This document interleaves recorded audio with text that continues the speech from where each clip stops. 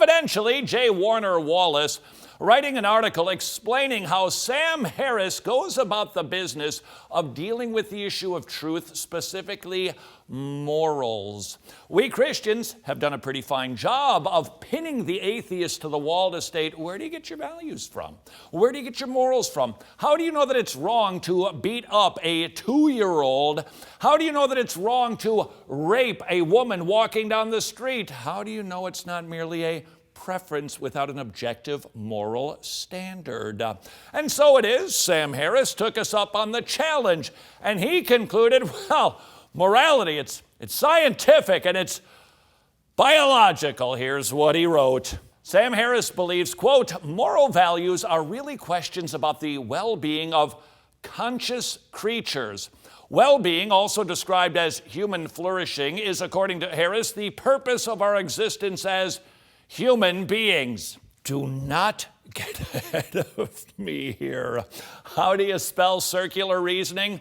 Basically that statement. You see, we know what is true, what is right, when we take a look, when we observe what makes people happy, what makes societies flourish. Therefore, that's what is right. And you say, hey, wait a second, you can't do that logically. Oh, wait a second.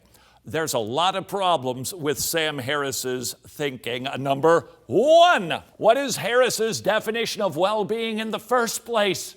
Is it survival? Or is it a particular kind of survival? Even philosophers who hold this view readily admit some behaviors like subjugating slaves, stealing the resources of opposing groups can actually aid in the survival of a people group.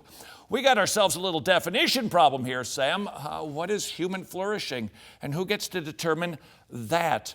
Can I do something wicked to somebody because it improves the life of my family? Why not? Human flourishing is defined by whom? Most likely those people who are the biggest and those people who are the strongest. And furthermore, human flourishing for which group of people? Who gets to decide which particular subsect of humanity gets to flourish? Is it the Sam Harris atheists?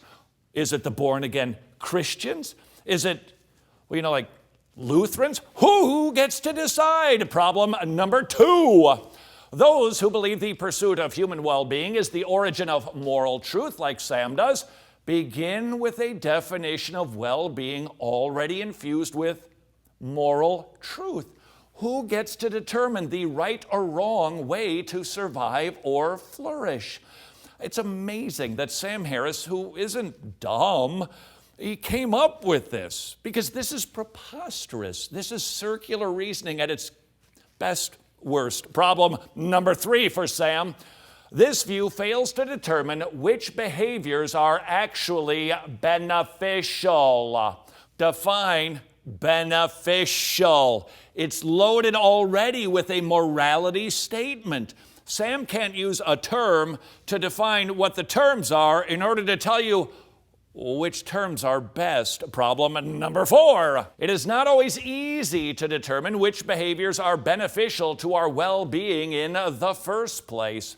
A little bit of time needs to take place in order for us to determine that was a good thing, that was a bad thing. For instance, Jim Crow laws. How did we know that those were not good? Well, ultimately, the Sam Harris view would suggest we need some time to figure out if that causes human flourishing. And if you happen to be a white landowner in the South, you would say, yes, that improves my human flourishing. If you happen to be a stolen black man or woman from Africa, you would disagree, which brings us back to our original conundrum, Sam. How do we know what is good? How do we know what is evil? It is only Christianity with an objective standard of morality that can say slavery is sinful.